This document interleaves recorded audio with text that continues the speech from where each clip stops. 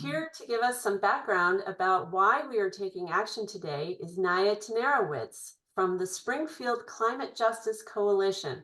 I'll let Naia introduce herself. Hi, everyone. My name is Naia Tenerowicz. I live in Springfield, Massachusetts. And I started working with Climate Action Now and the Springfield Climate Justice Coalition, or SCJC, when I was in my last year of college during an internship. And when I graduated, I just decided to keep working with them. I already lived in the Springfield community when I wasn't at school, so it was about my community. So I took on more of a leadership role in both of those groups, and it's been about 3.5 years that I've been doing work with them. So I want to get us started with talking about how we got to where we are with the Gas is the Past campaign. So this all started with Eversource Gas's proposed Springfield Long Meadow pipeline. Eversource claims that it's a reliability project, but it's actually an expansion project that will bring in even more money for Eversource. It consists of a 5.3-mile high-pressure pipeline. It's 3 times higher pressure than any other pipeline in Springfield, plus a metering station in Longmeadow and an expansion to the regulator station in Springfield. It would run primarily through residential neighborhoods and exclusively through environmental justice residential neighborhoods on the Springfield side of things. It would pass within a quarter of a mile of 3 schools, the closest being about 500 feet from Sumner Ave Elementary School and preschool. So if there were to be a fire or explosion from that part of the pipeline, both of those schools would be in the direct blast zone.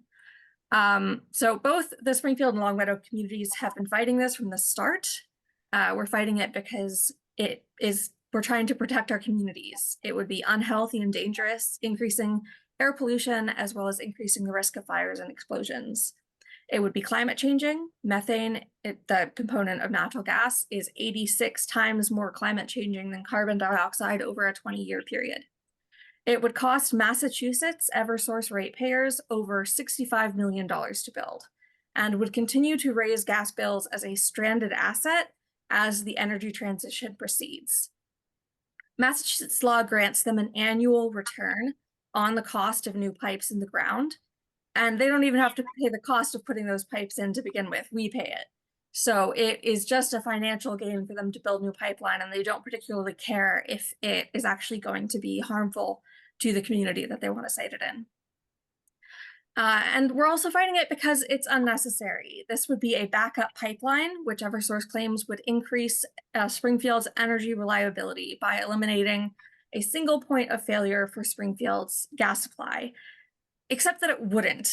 The Bliss Street Regulator Station in downtown Springfield, where this new pipeline would terminate and where our existing pipeline would terminate before being sent out into the distribution pipeline system, that would remain a single point of failure for our entire gas supply. So building this pipeline would basically mean spending $65 million to move where Springfield's single point of failure is. So we were left grappling with the question, how do you stop a pipeline? We can't count on the Energy Facilities Siting Board, which I'm just going to refer to as the EFSB, because Energy Facility Siting Board is a bit of a mouthful when you have to say it a lot.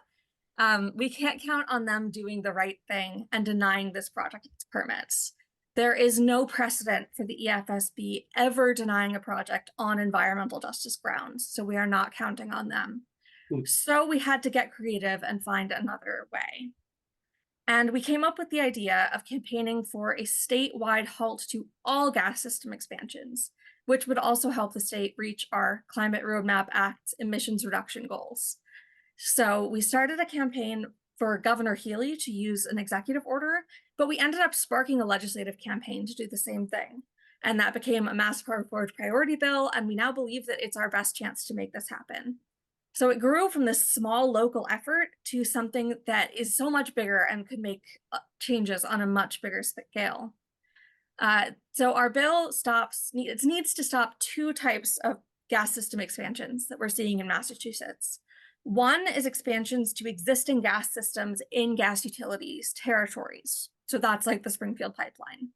The other is gas utilities expanding into areas that they previously did not serve. So that's like NSTAR expanding into the town of Douglas in 2022. Mm. So, and I want to talk about the 2080 proceeding because we were able to make the language of our bill even stronger after the DPU's 2080 order was released. So I'm going to explain that a little bit. The 2080 proceeding was initiated by Maura Healey when she was Attorney General to determine the role of gas utilities in the energy transition. The DPU under Governor Baker handed this proceeding right on over to the gas utilities, who wrote a plan for how the gas utilities could remain dominant through the energy transition. That report, called The Future of Gas, was rejected and the DPU had to start over. Under Governor Healey, the DPU issued a very different order in December of 2023. Rather than the future of gas, this report was about a future beyond gas. There's a lot of really great stuff in there, but it didn't go quite far enough to stop all gas system expansions.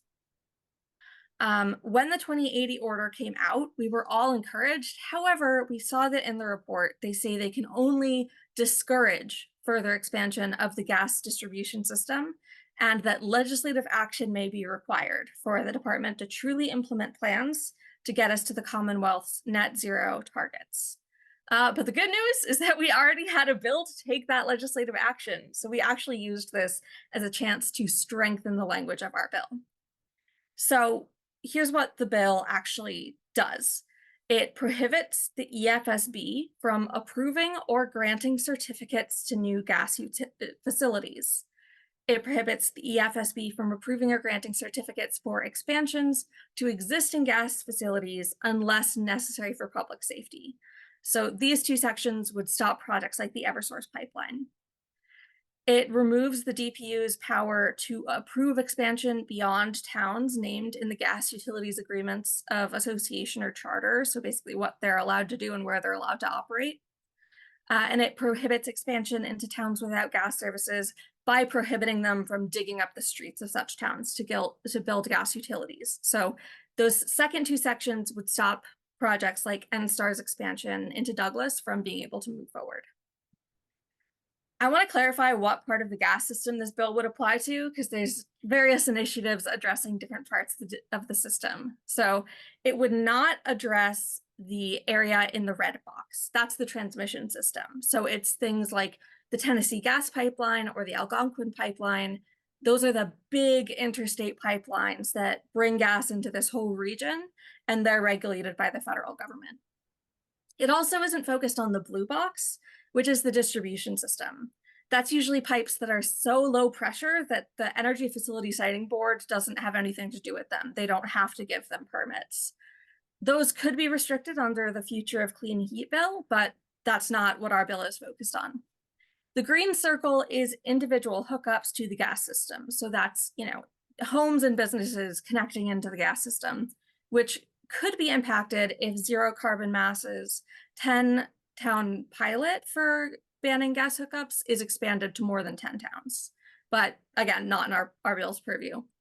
Our bill targets the stuff in the pink circle: high pressure pipelines, expanded gate stations, regulator stations, and other large infrastructure like LNG. So it doesn't mean that people can't hook up to hook up their homes to existing systems. It doesn't mean that we're going to start shutting down the pipelines that bring gas to homes. It just means that the system couldn't expand itself. Changing the laws that regulate this part of the gas system, the part in the pink circle, is what would actually stop things like the Eversource pipeline and NSTAR's expansion into Douglas. So what does this bill actually boil down to? Ultimately, it's pretty simple, and that is one of this bill's strengths. It would stop gas utilities from expanding into new territories, and it would prevent projects that expand our existing gas systems from being approved. What it does here is something that no other bill in the House or Senate is doing. If this doesn't make it through this session, we will not be able to stop gas system expansions for, at minimum, another 2 years till the end of the next legislative session. The Eversource pipeline may be approved in that time, and if the Eversource pipeline makes it through, We anticipate that other gas utilities will follow suit with similar projects, justify the false narrative by the false narrative of reliability and in seeking higher profits. So, what's the current status for this bill? It was favorably reported out on the Senate side. Unfortunately, it was sent to study by the House, so it's down on the House side. We are focusing on the Senate. We need to get the bill through this session, and we have to get it into the Senate's omnibus climate bill. So that's what today's action is focused on. And for that, I'll pass it over to Andra. Thank you,